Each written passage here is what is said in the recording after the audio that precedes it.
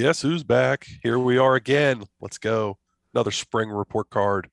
This time, everybody's favorite spring running back, Trey Benson. Kev, let's get in the film. Yeah, let's jump in. So if you guys are new to this series, we are breaking down every play that specific players, your player groups played in the spring game to kind of get a view of their whole game. So not just their highlights, but everything they did. So here's Benson, who plays running back number 12 on a little, what I would call a shoot route. I don't know what you would call that in your wing T offense, but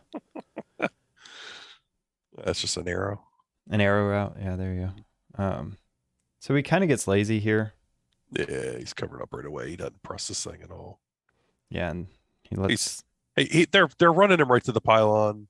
I mean, that's where the ball's supposed to go. Like a traditional arrow route would be up and then work towards the sideline, and he's just going right to that pylon there as a quick throw. Yeah, so but they're all over it. They're covering this thing up pretty good. I think if you're gonna throw this, you throw it now. You see, hey, he's on a slower linebacker. Yep. He can maybe fight his way to the end zone. Duffy a little bit slow on the release. Yeah. All right. So here he is at running back with old Tate Rodemaker. He gets the pitch on the outside. Toss read, Brendan Gantz in no man's land, and he's getting the bejesus blocked out of him.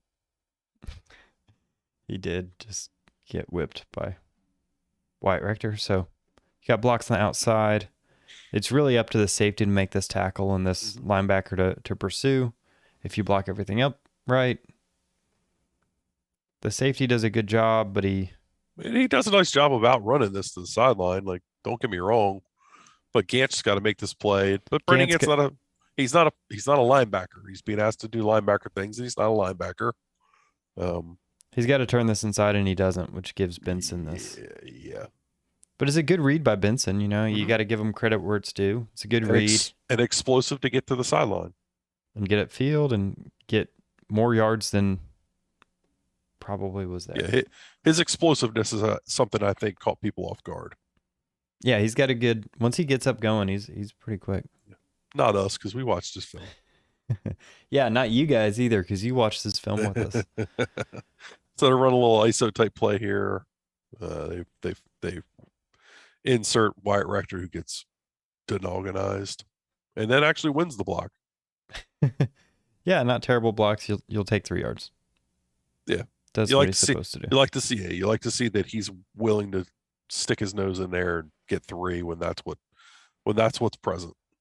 Really solid play by him right here. Just magnificent. Bailing Tate out. Here's that arrow route again. Mm-hmm. Doesn't get the ball. Was open. You know. Doesn't take a Mycah Pittman, who you would see if you'd watch our previous videos, to run a solid arrow route. Got to catch that ball. Yeah, your boy Jackson West is not having the best spring. No, so he's up there blocking. Not sure what's going on here. Yeah, interesting. It looks like he's about to go on a route, but then he blocks here. So I don't know if it's supposed to be quarterback draw or he just missed. He missed, runs not a great play. Block. Yeah, not a great block either. We don't really get to see him much in pass protection, if at all, this game. Or toss read. He beats beats McClellan. Yep, to the outside. But again, you see the burst, you see the physicals, finishing. It's a good little move. When you have steps like him, all it takes is that one step, and you can win to the outside. It's a nice cut there. He seems like a sturdy runner too, right? Yeah, like he's not going to be just taken down by. I mean, this will take some people down getting tripped up like this, and we worried about his quickness. When we broke down his film, we worried about his ability to make some of those moves, and he does a nice job of winning in a phone booth there. And again, this was probably my most impressive run for him. So he presses the hole immediately. What?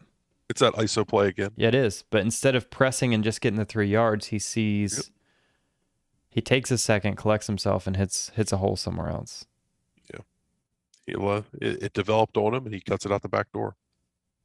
Yeah. So and when he has space, he looks really solid, and I think Norvell's going to do a good job of getting him some space. Here he is again. Burst to the outside.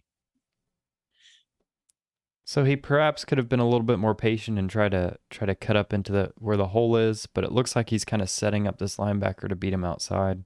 Mm-hmm. So you'll take this. It's just Yeah, a absolutely. different feel. Some guys will try to press this hole and kind of get upfield. Some guys will try to just burst the outside. Well, if he was running the wing T and was running buck sweep, he'd make a 90-degree cut, but that's not what they're running. So They're running wing T light. All right, and this is actually the last play of his.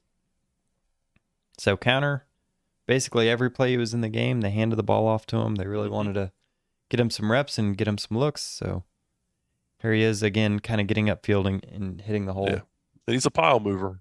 I mean, you see guys bouncing off of him in there. All right, Kev. Well, I mean, what's your takeaway from Trey Benson?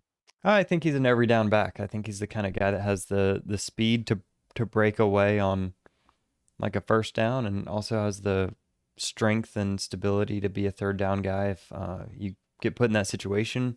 I think ideally they want DJ Williams to kind of step up into that third down role, but I think you can play Benson wherever. I wish I could have seen his pass protection. I think that's a big role in trying to be that every down back that kind of gets their run. I would have liked to see him catching a ball. Yeah. And so I think this was an incomplete spring for me to see from him. You saw some good things. You saw some, his physical abilities are obviously there. I'm not worried about his injury anymore. It's just the intangibles of the running back position are still a question mark. Yeah, absolutely. My biggest thing is I think he's a great compliment to Jordan Travis. Jordan's an explosive runner, big play type of guy. I think that he can be the physical presence that you want, being able to run inside zone and run some of those ISO plays, which is great. That I think that Trayshawn Ward lacks the ability to do over an extended period of time. I think Trayshawn could give you 3, 4, 5 of them a game. I don't think he could give you 12 of them, whereas I think Benson is a sturdier back who can. So I think that's a great compliment to what Jordan Travis is and what this offense kind of needs and wants to do. And he's, like your point, he's a good compliment to Trayshawn Ward. I think he'll take a load off his shoulders. You saw him kind of get worn down by the end of the season. Yeah. And hopefully bringing in a guy like Benson kind of helps keep him fresh so he can be that explosive back we know that he is. Yeah. All right, we will continue pushing these out. Let us know if there's any names that we're missing, anybody else you want to see. We have at least 2 more planned for this, so let us know if you like this format, and we will see you next time.